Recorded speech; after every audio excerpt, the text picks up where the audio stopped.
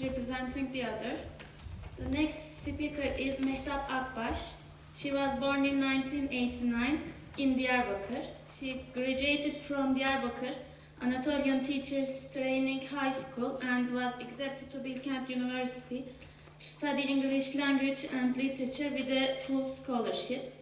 As a senior student, Akbaş translates short stories, poems, and articles on women and motherhood to be published in literary magazines. She is interested in the image of women in literature and cinema from different perspectives. Her presentation topic is Magda as a guide to others in J.M. Coetzee's In the Heart of Country. Now I would like to leave the speech to her. Thank you. Thank you. Like the other presenters, I'm really grateful to the people behind this organization and also to you who came here to listen to us. Now, has anyone read the novel? I know, well, thank you so much. Okay, but no need to be get indifferent to the paper because I will give the plot summary and I will do my best. Actually, I have 3 headings, and they will be the other race and colonialism, and then the other space, the other Magda, and the last heading will be Magda, women as the other. As for a brief info on the novel, In the Heart of the Country is South African writer J.M. Coetzee's second novel, which was published in 1976 in South Africa, and a year later it was published in United Kingdom and the United States. And the novel can be considered as a journal or a diary, including 266 entries of the female protagonist Magda. She is the daughter of a white farmer living somewhere in the Karoo in South Africa, in an isolated farm. And in the novel, throughout the entries, we are presented with several stories, which are amalgams of reality and fantasy, and that is Magda's fantasy, encircling mainly the lives of black servants, Klein Anna, and her husband Hendrik, and Magda's father and Magda herself. Magda's entries present a highly complex psychological map of her. In this map, we can find different forms of othering. First,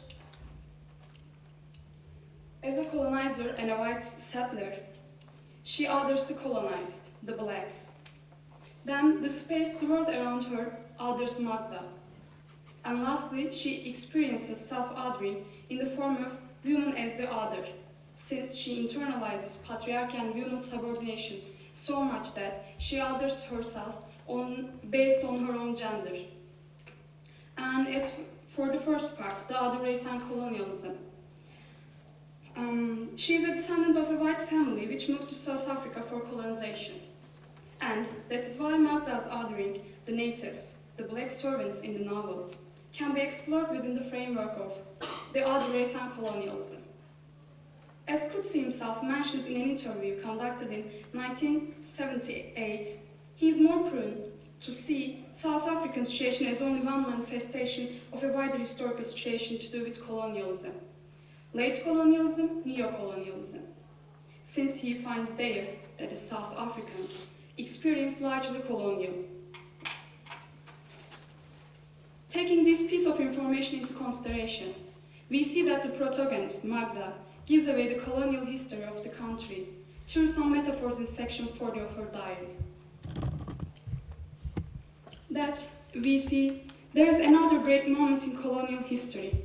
The first mariner is lifted from shipboard with block and tackle in a canvas waistband, bleeding with terror, unaware that this is the promised land where it will browse generation after generation on the nutritious scrap and provide the economic base for the presence of my father and myself in this lonely house where we kick our heels waiting for the wool to grow and gather about ourselves the remnants of the lost tribes of the Hottentots to be hewers of wood and drawers of water and shepherds and body servants in perpetuity, and where we are devoured by boredom and pull the wings of flies. As we see in the extract, we are provided with the experience of the white settler in the colonized territories from the horse's mouth, that is Magda, both Magda's and J.M. Coetzee's, as you guess. We may see the marinership as a metaphor of white settlers, who are likened to submissive white marinership of the colonizer. As we all know, marinership is the animal used for high quality wool.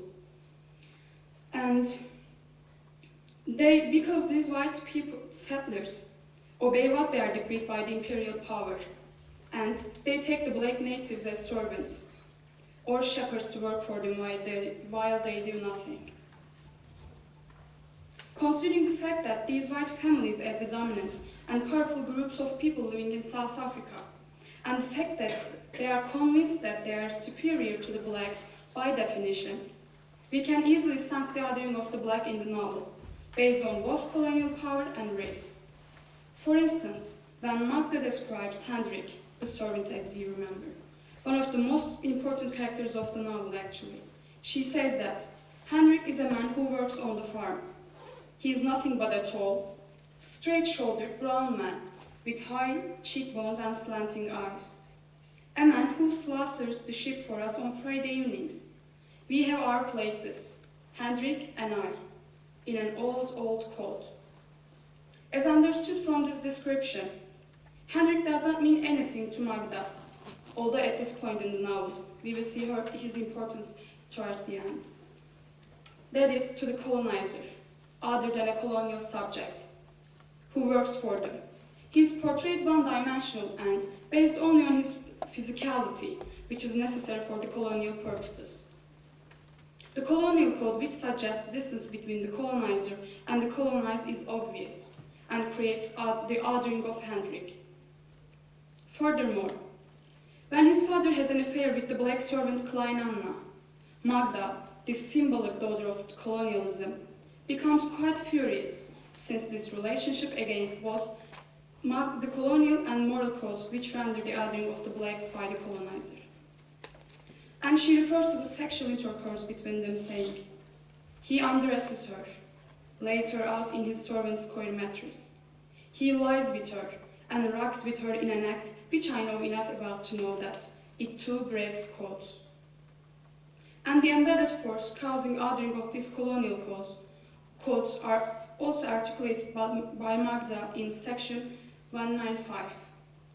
After she cannot pay to the servants, Hendrik and Magda quarrel over money. She comments on this quarrel saying, I cannot carry on with these idiot dialogues. The language that should pass between myself and these people was subverted by my father and cannot be recovered. What passes between us now is a parody. I was born into a language of hierarchy, of distance and perspective. As understood from her commentary, the colonial codes to be obeyed are already laid down, and she, as a daughter of colonialism, is born into these codes, which include othering the blacks. And apart from the fact that the othering the black derives from the colonial codes, we can claim that French feminist sociologist Guillaume's description of ultra-referential racism, and it can also be considered as another reason for othering experienced by the servants in the novel. She describes the term ultra-referential racism as follows, as you can see from the screen. Enter the others, who will act as a minor, as an inverted image for this bourgeoisie anxiously seeking its own identity. Since the bourgeoisie did not know what it was, unlike the nobility, which had a very clear view of itself. It wanted to know at least what it was not.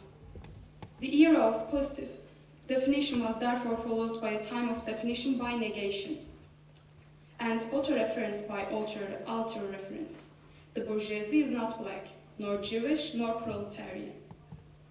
In the light of this conceptualization, we may argue that the reason why Magda gets angry at the sexual affair between her father and Klein Anna lies in her consciousness, which derives from this negation with which the white settlers define themselves.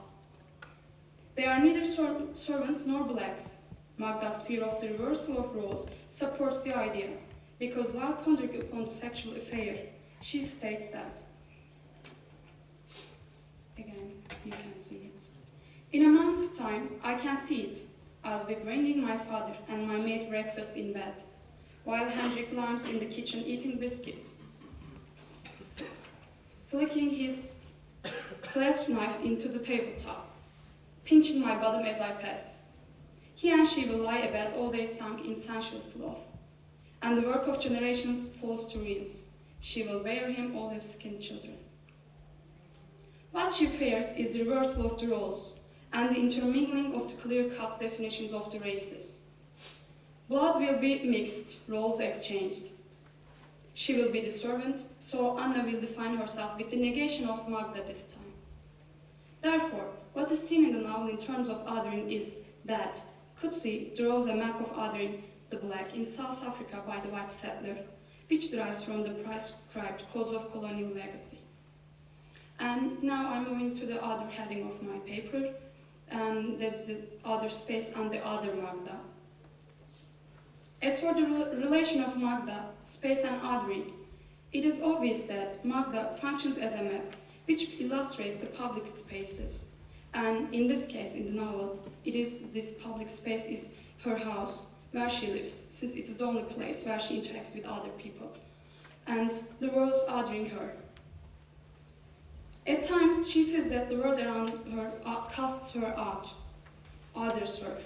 That's why she feels that she belongs nowhere in the house except her room, and this at times, which is understood from her repetition of being in the heart of nowhere.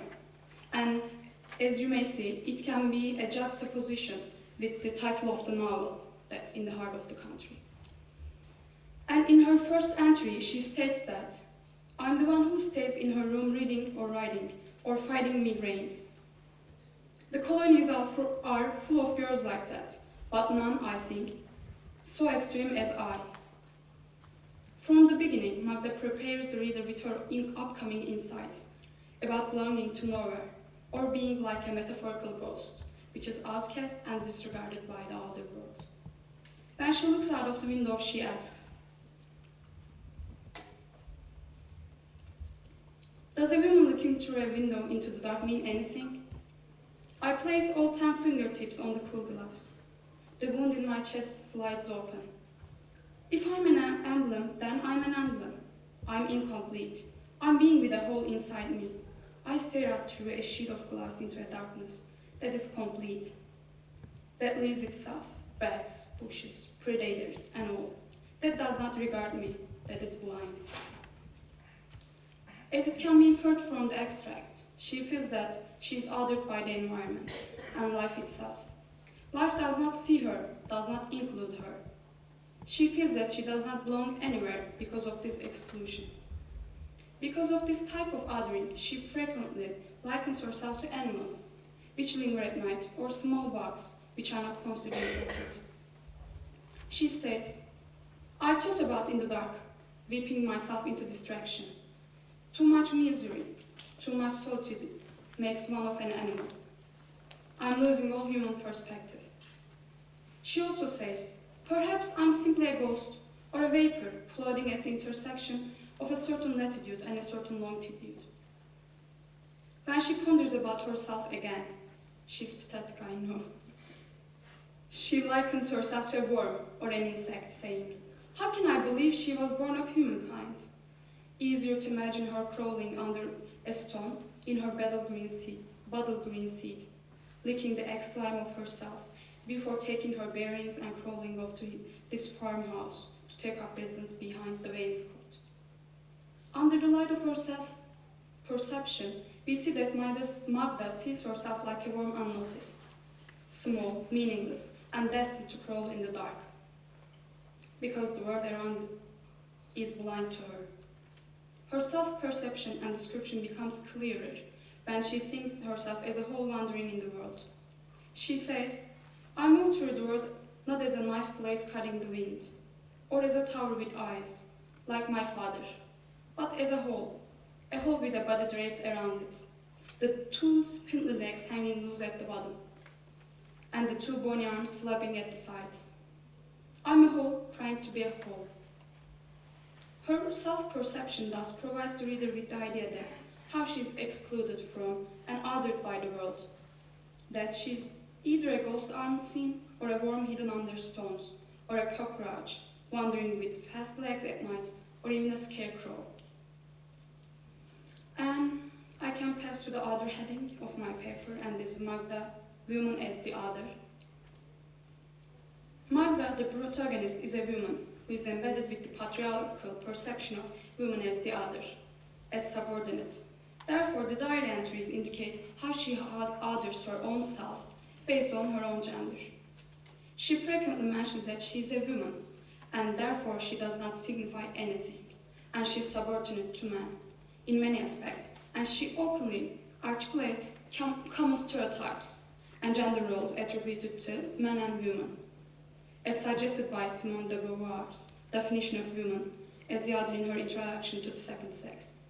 And actually, Betty also quoted the same paragraph, but I may read it again for the newcomers. Humanity is a male, and man defines woman not in herself, but as relative to him. She is not regarded as an autonomous being. She is simply what man decrees. Thus, she is called the sex, by which is meant that she appears essential to the male as a sexual being.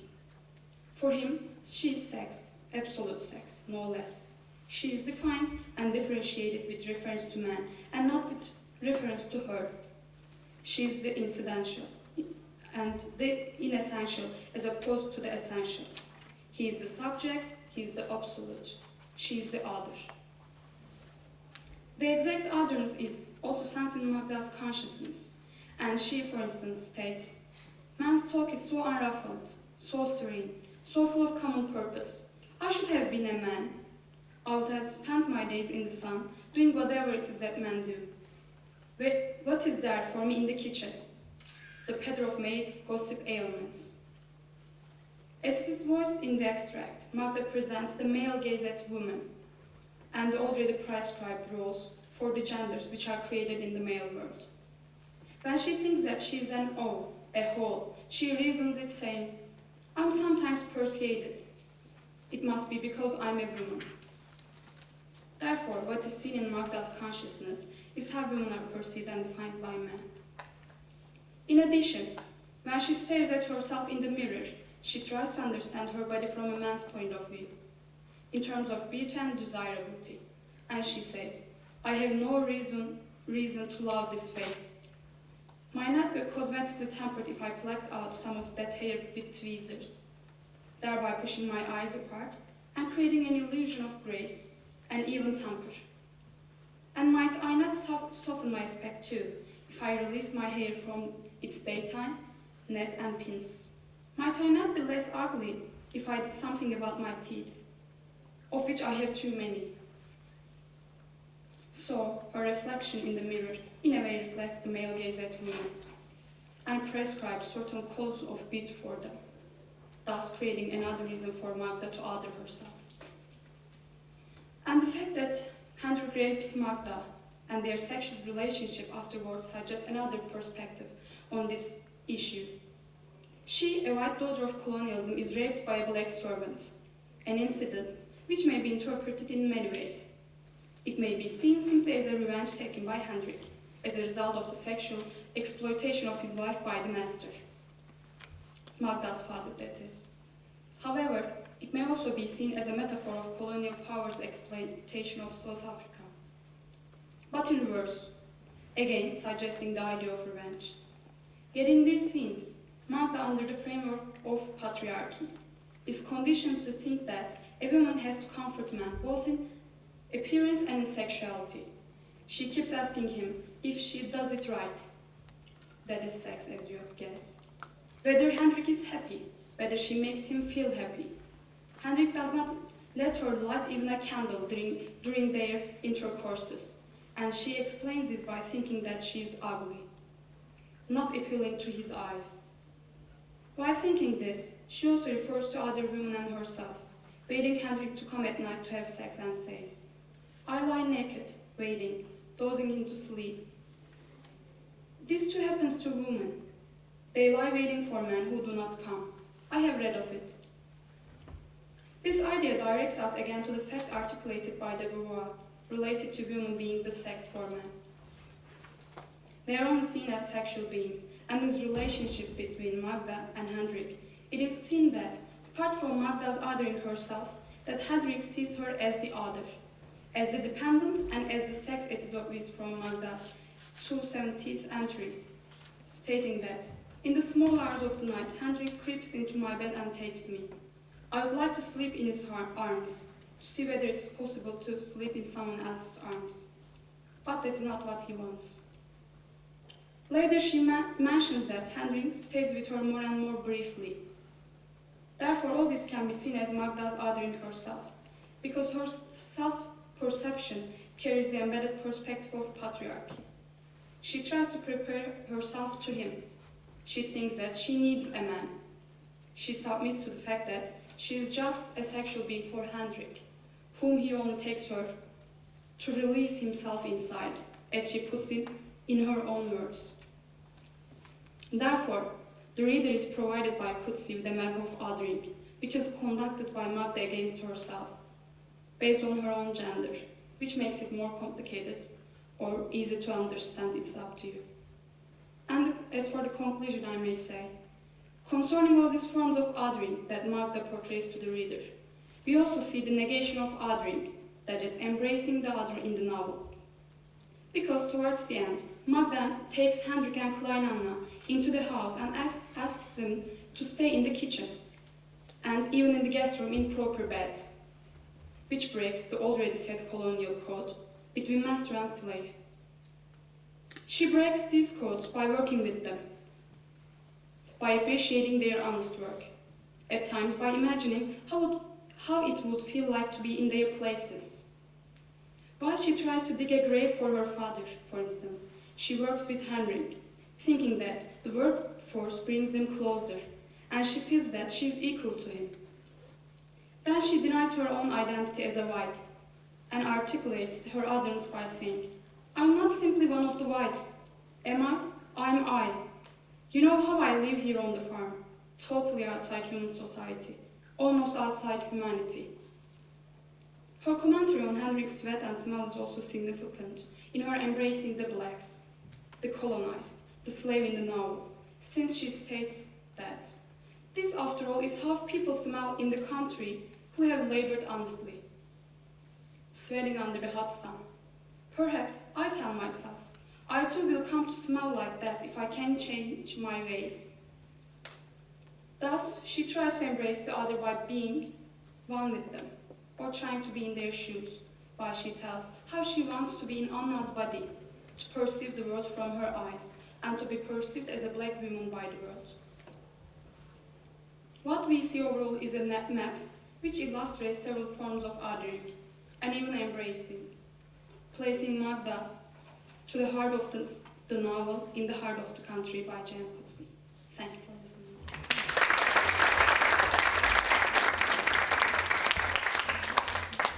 Thanks for your...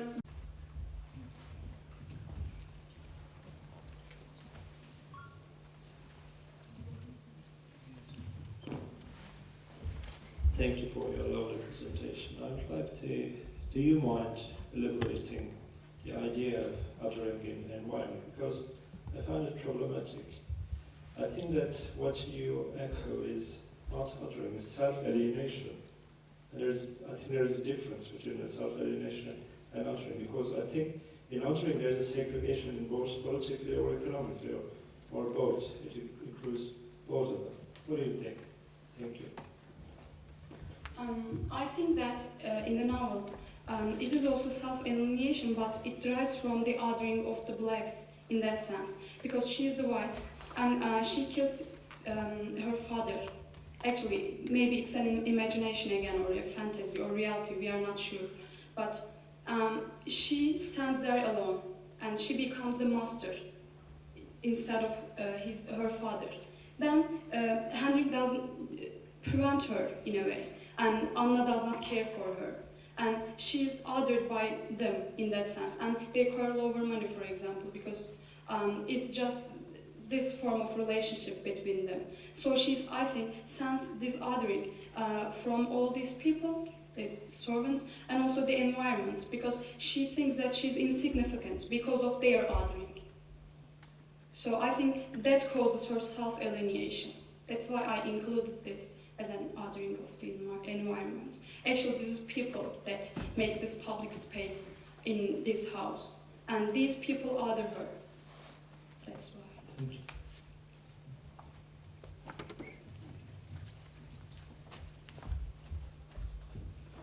First of all, thank you for this well-prepared and well-exemplified paper.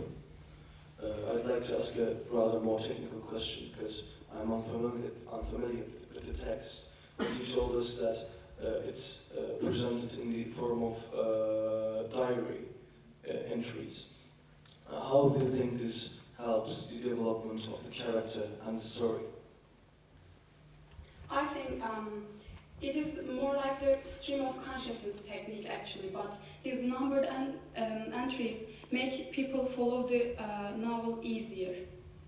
Because the other way would be like, maybe some people would find it a little bit boring or uneasy to follow. But this time it becomes clear.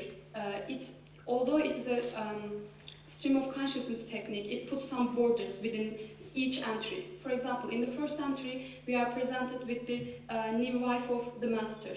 And then we are presented with the description of Hendrik, for example. And for another entry, we are given the murder of her father as such. So they present this change in her psychology and change in her lifestyle in a way, because, as I said, it all changes towards the end of the novel. So what I understand is this technique helps us familiarize with the character more easily. Easily, and easy to follow her and her psychology, because at one time she becomes happy and the other she's so pessimistic, and most of the time pessimistic, but we can see these clear transitions between her psychology. Thank you. Thanks for your presentation. Actually, it's good and informative for me. Because I haven't read the novel, I want to ask, does she make herself blind to the environment, or environment is blind to her, or do they have a cause-effect relationship? I think it works in both ways, because it's an interviewing relationship. It's like a reciprocal othering between environment and the people that constitutes it, as I said, and her. She others, the public space. She's most of the time in her room, and she's not even there, just physically she's there, she's in her room. And also she's othered by the others, and as she puts it, the world is blind to her. And I think it works in both ways. It's a reciprocal othering. I see. I have one more question. You said that there are several forms of othering in the novel, and you touched the point of being other in the majority of the environment and being other as a woman in the world of man. So which point is more emphasized in the novel? I mean, being other as a woman results in being other in the environment as well. I think as a woman, and as a colonialist white settler, because at first it is always stressed that this colonial codes and all this colonial legacy and how it has to other the blacks by the white settlers. But then we are given that she associates her otherness, her being the other, to her being a woman. She says, I know that this is because I'm a woman. And she always touches upon the fact that she's a woman and she needs a man and she's unimportant, and maybe we can interpret her murder, a fantasy or a reality, we are not sure, as a token of this kind of othering. She becomes the master. Instead of a man, she becomes the female master, but again, it does not fulfill her aims or her self-perception in the way she wants. So being other as a woman is more emphasized than it is the cause. Okay, Thank you very much.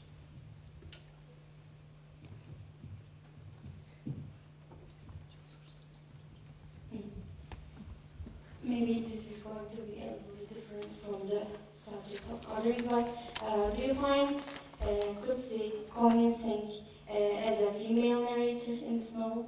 Exactly. I adored this novel. I have read 2 of his novels, but this is my favorite actually, because when we read it, we are really given this female insight. I mean, as a female, as a woman, I saw that, yeah, at times she's so right, and she's so good at putting it into words. So I find him quite good at describing this woman, this female inside, although he's a male. Any other questions?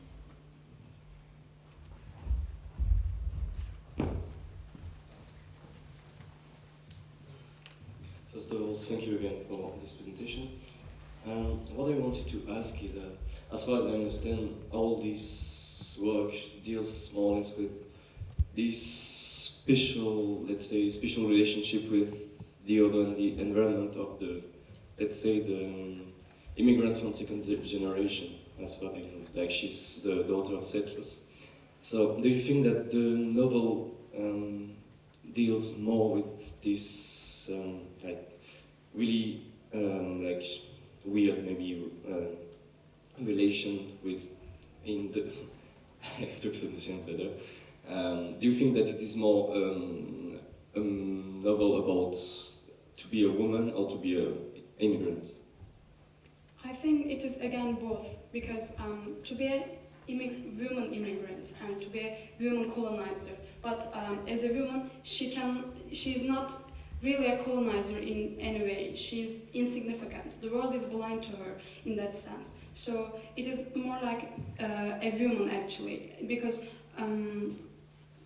yeah, I can say that it's both, but the woman's side outnumbers, I think, the immigrant part, because she always reasons all these situations as they reasons it as being a woman, associates it to being a woman. She is the daughter of a master, and she's there because of her father. And it's not, actually it has nothing to do with her, but as a woman, she cannot go, she cannot leave all this. She's in a way dependent to her father.